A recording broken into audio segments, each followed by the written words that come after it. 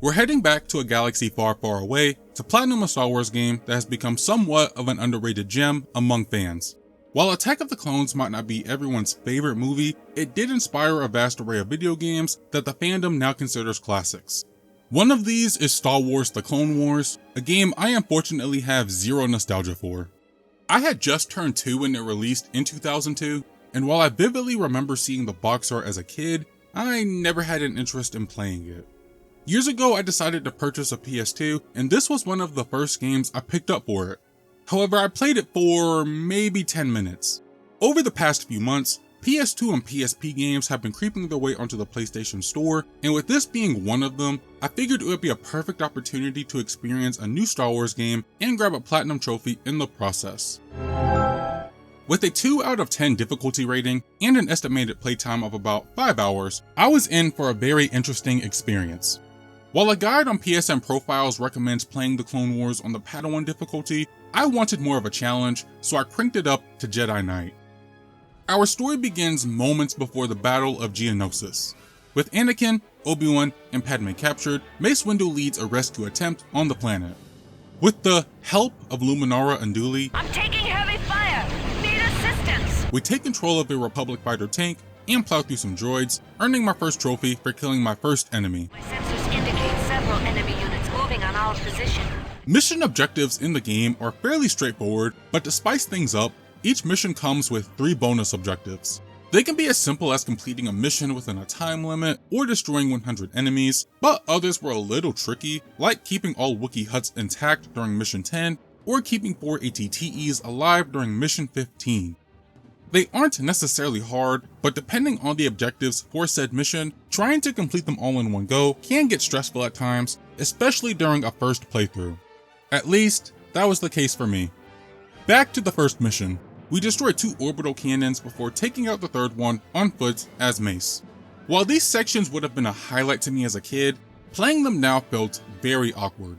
They used the same control scheme as the vehicles, and while it's serviceable for how short they are, if this was the whole game, well, it would not have. I am so sorry. I did get 2 trophies here for completing both the first mission and my first bonus objective. That takes care of the last anti-orbital cannon. The rest... Escorting Jedi convoys to the arena, not only did I learn how to use the rewind feature, a wonderful mechanic that would prove useful throughout my playthrough, but also got my hands on a couple of power-ups. With only 2 in the game, I got them both during this mission. Early on, I grabbed the Super Blaster power-up, increasing my blaster damage. As the mission was coming to an end, I found the second one, which was invincibility. The 2 exit tunnels should stop them from coming through. I would have preferred if this was placed earlier in the level, but oh well. With the convoys delivered in one piece, we sneak into the arena where an iconic fight awaits. Rescuing the survivors, we take control of an LAAT to destroy Techno-Union ships. This was a nice change of pace compared to the tank, as the ship felt really good to control.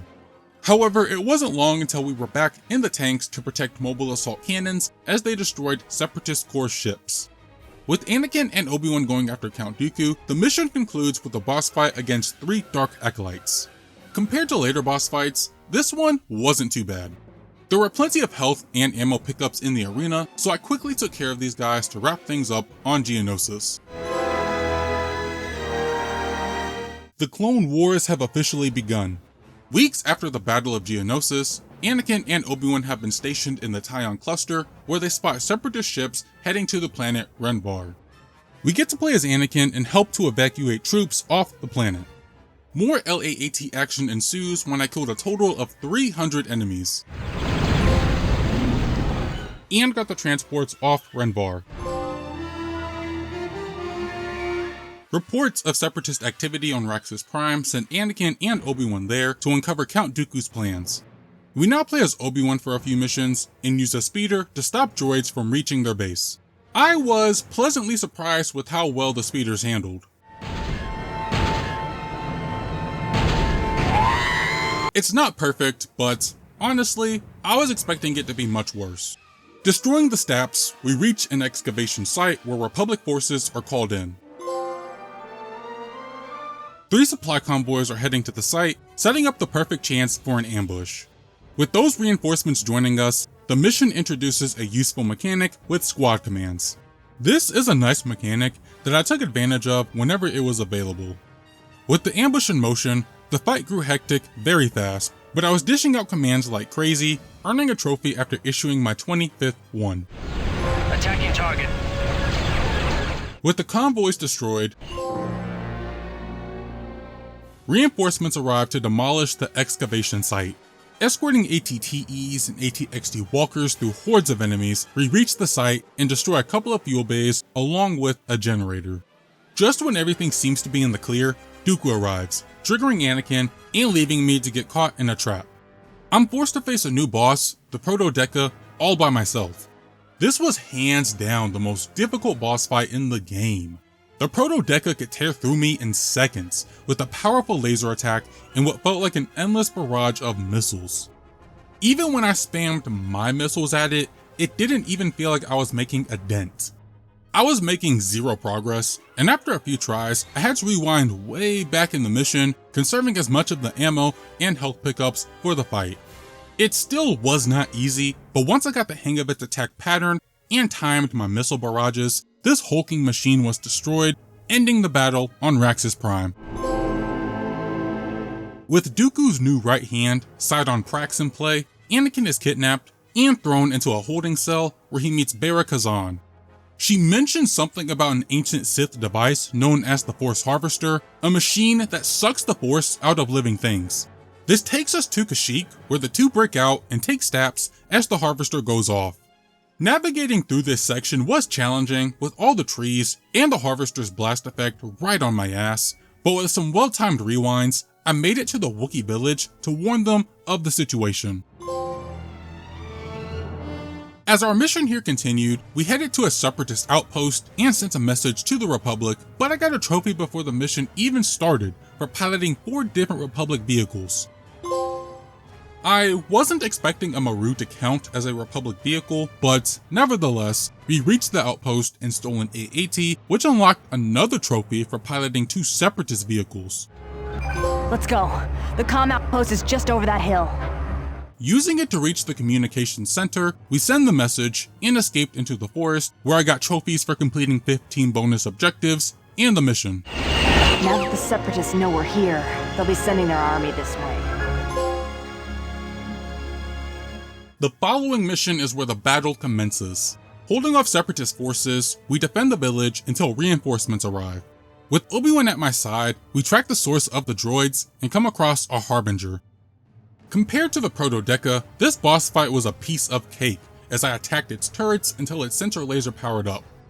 With the Harbinger destroyed, this wrapped up everything on Kashyyyk. In a meeting, we learn that Count Dooku is using the Force Harvester to power up an ancient Sith weapon known as the Dark Reaper. This takes us back to Renbar in search of information on the weapon. With a large army at our side, I defend a downed Republic assault ship before taking control of an AT-XT Walker to destroy a fuel depot. As the final new vehicle in the game, the Walker controls pretty well. With the assistance of other Walkers, we destroy a fuel depot, further crippling the droid army's attack. Using an LAAT to recapture the Jedi Monument, things get wicked when we fight these ghost creatures that are unexpectedly tough. Like, just look at how fast they drain my health bar. With multiple ghosts surrounding me, this wasn't an easy fight, but after destroying their tombs, we went inside the monument, ending this mission. Anakin receives a message from a fallen Jedi by the name Ulic Qel-Droma, who once withstood the power of the Dark Reaper. With this knowledge, a full division heads to Thule in one final effort to destroy the Reaper. Starting as Anakin, I led a strike force to take down a shield generator. Switching to Obi-Wan for an airstrike, we escort engineers to energy farms before demolishing a separatist command center. We then played as Mace in what was possibly the hardest mission for me. The first section in the AT-XT wasn't too bad, but when I had to protect 6 AT-TE walkers, the fight grew incredibly intense, and I found myself abusing the rewind feature.